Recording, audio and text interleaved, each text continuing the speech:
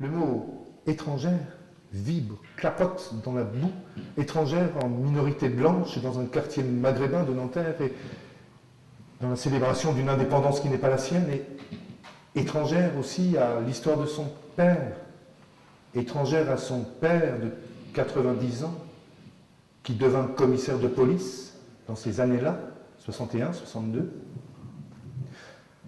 Elle a questionné son père, 50 ans après, et il lui a répondu, mais elle n'est pas sûre à 100% de ses réponses. Et il reste l'étrangeté de quelques scènes, petite fille. Les détritus jetés dans leur jardin, l'épicier maghrébin juste à côté, bien sous tout rapport, mais les bordures de trottoirs en granit posées contre leur portail, s'abattant sur le premier qui l'ouvrait, un rôdeur perché sur une borne, épiant leur maison, le ton rassurant du père avec le visage inquiet de la mère, le gilet pare-balles et les soirs où son père partait, arme à la main, à cause des attentats Félaga contre les policiers. Les jours où, dans sa mémoire à elle, il rentrait avec le casque plein de sang, et ce jour, au crépuscule de sa vie, où son père lui dit qu'elle a fait erreur, qu'il n'y a pas eu de casque plein de sang. Et qu'à Charonne, la police n'a tué personne, les personnes sont mortes, écrasées par la foule, et que le problème, dans les manifs, par exemple celle du pont de Neuilly, c'est que derrière ceux qui défilaient et revendiquaient légitimement, il y avait les casseurs, et que pour les atteindre, il fallait bien traverser la foule. Il aurait aimé que cela se pousse pour atteindre ceux du fond qui faisaient la casse, mais que ce jour du pont de Neuilly, où il n'était pas, il fallait comprendre que tant des siens dans les rangs de la police s'étant fait descendre, les troupes étaient devenues hargneuses, et que le premier qui leur tombait sous la main, elle a questionné son père. Il n'a tué personne, il n'est pas responsable de ce qu'a fait Papon. Il n'y était pas, elle le croit, et si ce n'était pas vrai. Son père est passé commissaire à ce moment-là, et il s'est occupé du petit Clamart. Et le gars qui a été condamné à mort à cause de lui, il y repense. Son père n'y était pas au 17 octobre. La vie de son père passe direct du 16 au 18. Son père n'a tué personne, il n'est pas responsable de Papon, il n'y était pas. Elle le croit, et si ce n'était pas vrai, tout s'effondrerait. Tout. Elle ne se sent pas bien du tout. Hélène, elle ne se sent pas bien ici, en France, et dans la langue française, les mots français non plus ne se sentent pas bien. Ils repoussent sur leur bord d'obscurité leur mal-être, ils bredouillent, ils bégayent les mots français.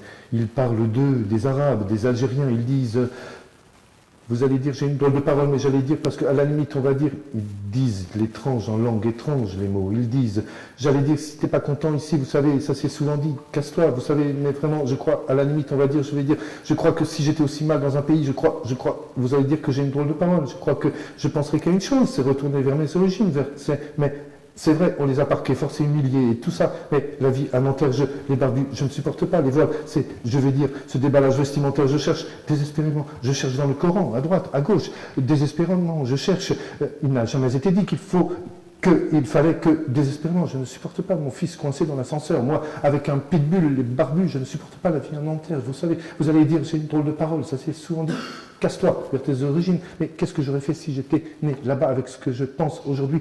On n'avait pas à y être, mais est-ce que je ne sais pas, est-ce que j'aurais été, je ne sais pas, de leur côté? La colonisation, de toute façon, l'exporte désespérément, je cherche. Hélène se souvient, entre le CNIT et le RER, de la boue, mais pas des bidonvilles qu'il y avait derrière.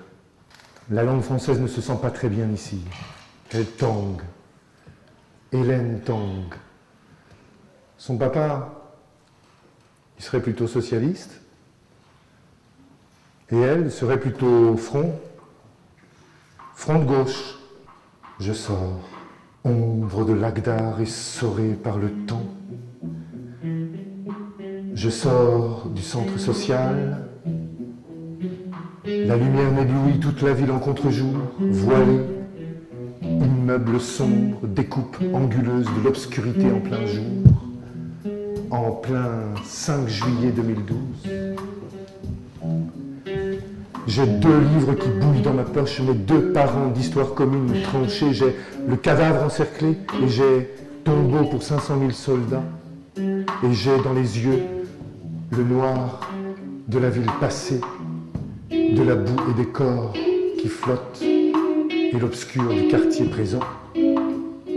Je marche et j'ai dans les pieds une ville superposée et des sédiments de quartier qui collent aux talons.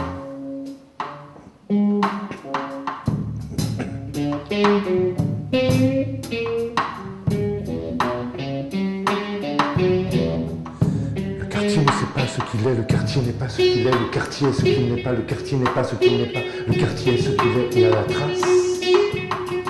Le quartier suit ce que tu es.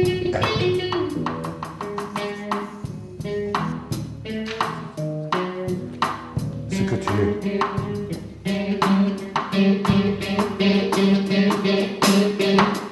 Leïla. Je suis Leïla, je tombe. Je tombe des paravents de Jean Genet dans un gouffre plus profond encore que celui où tombait l'actrice sur la scène du théâtre des Amandiers à Nanterre, maintes soir durant l'année 1983. Je suis dans un gouffre plus gouffre que celui d'où s'élevaient les voix hurlées de la partition de Patrice Chéreau. Je suis Leïla et j'interdis qu'on me vole ma chute. J'interdis qu'on vole mes paroles comme on m'a volé mon enfance, comme on m'a volé ma jeunesse, comme on m'a volé ma vie. J'interdis qu'on utilise et qu'on exploite ma souffrance et ma famille. J'insiste fortement. S'il vous plaît, ne répétez pas ce que je vous ai dit. Je vous l'ai dit pour un jour, peut-être l'écrire, moi seul.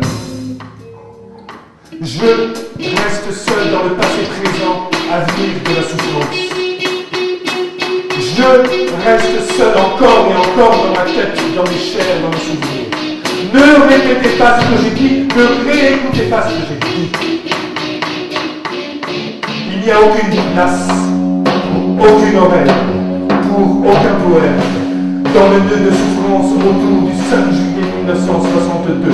Jusqu'à ce 5 juillet 2012 et jusqu'après, toujours et toujours. J'ai fait 50 ateliers d'écriture pour vider l'intérieur tombé. Et j'ai 50 fois laissé tomber. Et aujourd'hui, vous ne me volerez pas la tâche qui me reste à moi seul. Ma souffrance est souveraine et ne veut d'aucune bienveillance de suzerain. Laissez-moi seul. Laisse-moi seul. Je ne veux pas faire partie de ton poème, de ta pièce de théâtre. Je t'avais proposé de m'écrire avec moi et tu n'as pas compris. Laisse-moi seul, ma douleur est reine dans son royaume.